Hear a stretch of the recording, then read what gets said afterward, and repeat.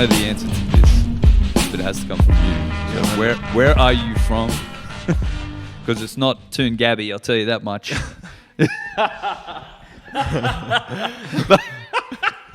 but where are you from? Where you repping? Well, I'm originally from Brooklyn, New York City. Yep. But family, like background wise, my dad is Jamaican and my mom is Guyanese, which is in South America, but like West Indian culture, so like Trinidadian culture kind of thing, you know. So yeah, that's like a little background on me from where I'm from. But like right now, while I'm in Sydney, I am representing the West right now. I'm representing the 4-7s, the 4-8s. You know what I mean? 100%. I definitely know about that. I didn't actually realize how close I was only around the corner. You know where the shop? You know where the Layla Park shops are? Yeah. So I was like close to that. I used to live when I was in Layla for that little bit. But you're 7 Hills, yeah. So yeah, you're like right on the border. You can be here or there. Yeah, people always say, "Oh yeah, you're right behind Layla Park," and I'm just like, "Yeah, who's Layla?" Like, I don't even know. Like, you know what I mean? I only figured that out probably like a month ago, honestly. Oh after yeah, being here for a year. Yeah. Wait, have you? Yeah, you've always been staying there. Yeah, 100%. All right. Sorry for everyone that's watching by the camera. When I'm talking over here, I'm talking to Bianca.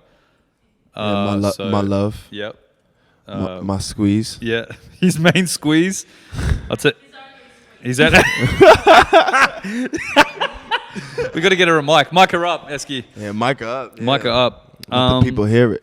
But we'd like to give a bit of history as well for the music. You know, first. This is an interesting one as well because a lot of people grow up on their parents' music.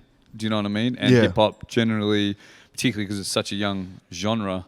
Sort of injects itself a little bit later, in life. Sometimes, it's funny actually. I've been talking to some guys, and it's actually been pretty early, But what about for you? Like, what was your first and it could be anything, but like a hip hop experience where you heard hip hop and you're like, yo, this is crazy. Like it's sort of like hooked you. You know what I mean? I'll be 100% honest.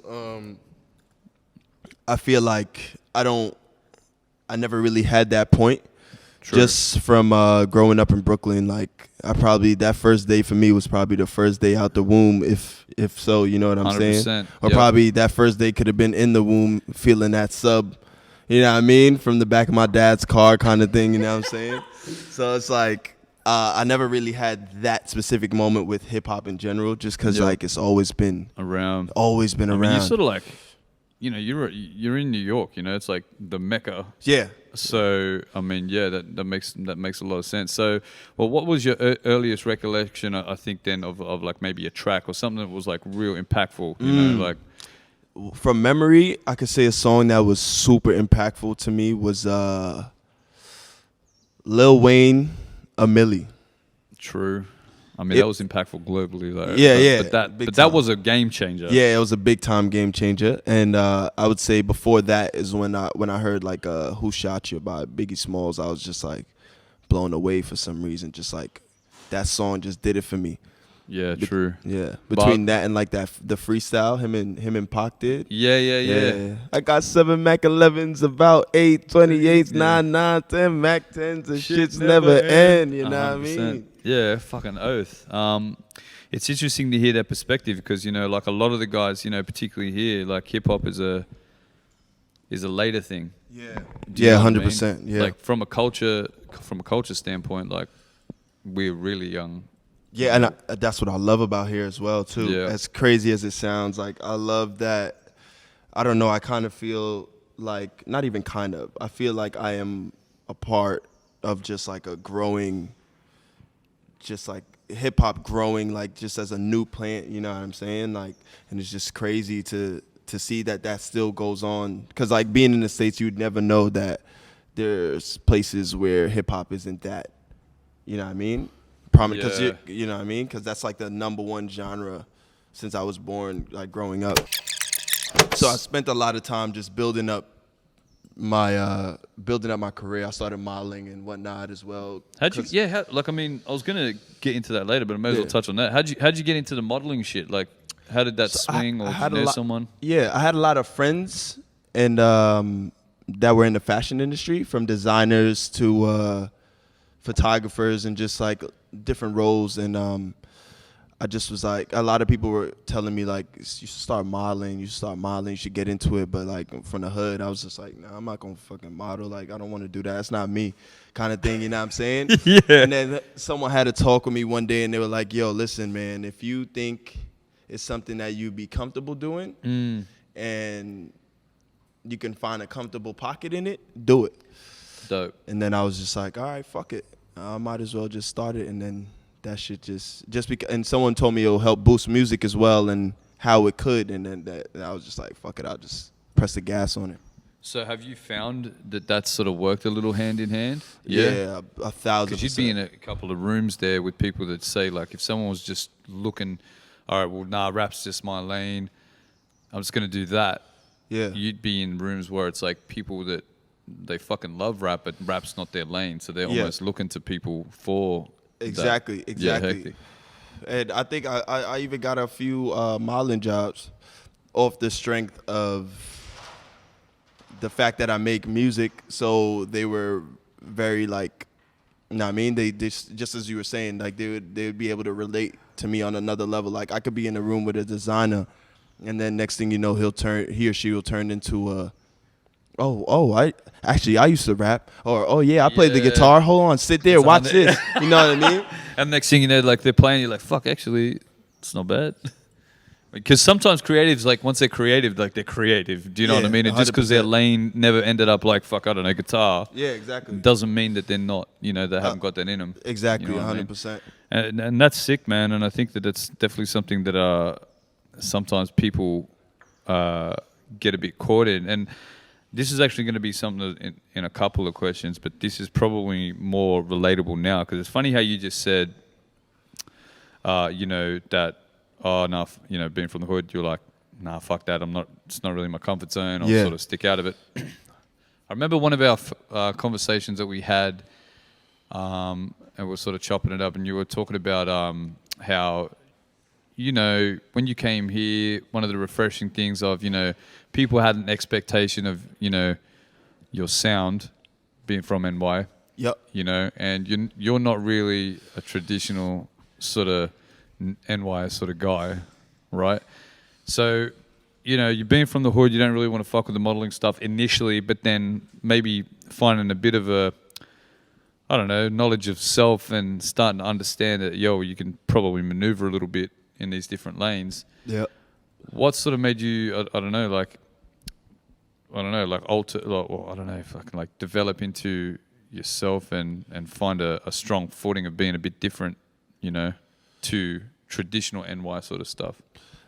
Well, funny that you asked that. Like when it comes to everything I do in life, I've always been the kind of individual to say, fuck that. I want to do my own thing. I want to create my own legacy. Yep. If I feel like someone has done it before, and while doing it, I feel like someone has done it before, then it's most likely not for me. Yeah. I was always into just creating and, starting something.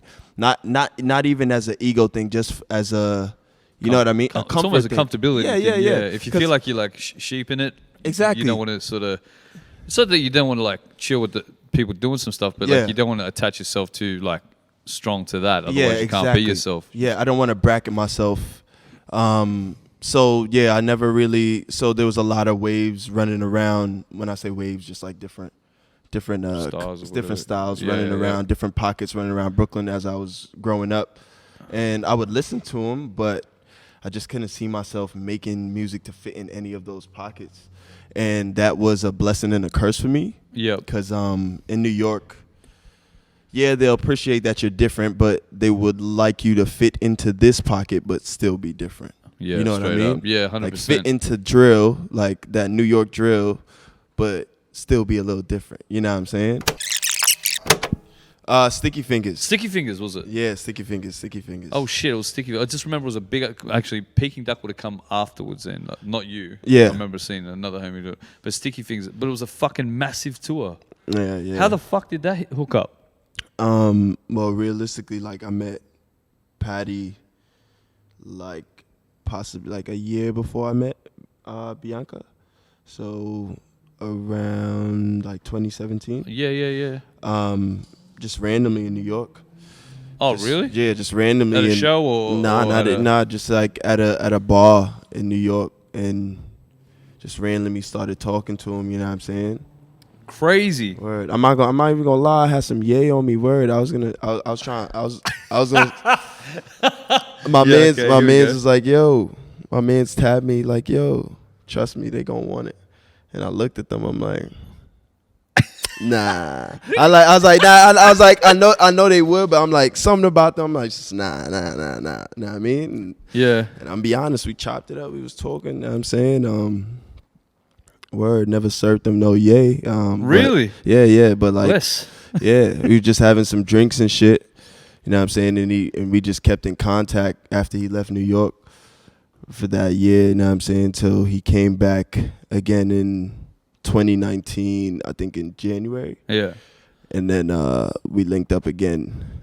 You know what I'm saying? And that, like, the whole time, I just knew them as the homies. as my homies in a band. You know what I'm saying? Yeah. And then that shit just evolved into, like, I went to this show and there's like a fucking long ass line around the corner from Irving Plaza. Did that spin you out? Yeah, because I didn't expect that. You know what I'm saying? So I pulled up and I'm standing in the line at first and I'm like, fuck, this line is actually so long. Yeah. I just went to the front and I'm like, I gave them my name and they're like, yo, they called the security guard down. Security guard came. He's like, yo, come upstairs with me. And he starts escorting me upstairs to the green room. And I just go in there. And, like, I'm like, yo, the first thing I asked, I'm like, yo, you motherfuckers famous or some shit? And they just like, and they just they all start laughing. And that's all I needed to hear. You know what I mean? And then, word, like. What a trip. Yeah. It's funny as well, it's spun because it's like it's the other way, you know, it's just, you know, people aren't fucking really well versed from, you know, not.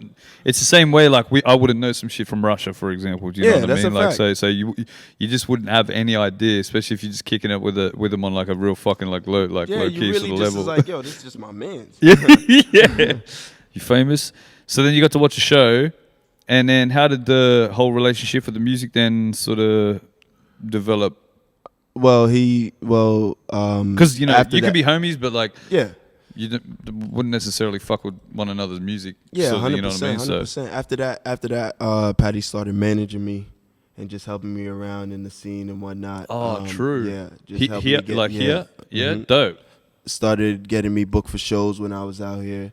You know what I'm saying? Playing while he was managing all his shit, he's like a fucking wizard, bro. While he's managing all his shit, he's still making sure that I was getting booked for shows and stuff. Yo, you know that's what I'm saying? Yeah, just a real dude. You know what I mean? Real dude. You know what I'm saying? 100%. And then so then from there, it just sort of gradually, and then they were like, all right, look, fuck it, like just run with us. Yeah, that's a fact. That's a fact. He lined it up. He told me months prior to it like that he had it in mind. And then next thing you know, I get a call probably like 2 months before, like 3 months before. Like, yo, we're doing this. Let's do it. Get ready for it. What's it? Did you hit every major city? We hit every major city, I believe, in Australia. So we did Perth at the I think it was the Rack Arena, Brisbane, Melbourne, Adelaide, Sydney. What? When you were there as well, right? Yeah. You rolled as well. Yeah, that's 100%. Crazy. And was that your first, like? That was my first tour. That was my first tour. Seeing other cities and shit? Yeah. Like, that was my first tour and my first time in all of the cities except for Byron.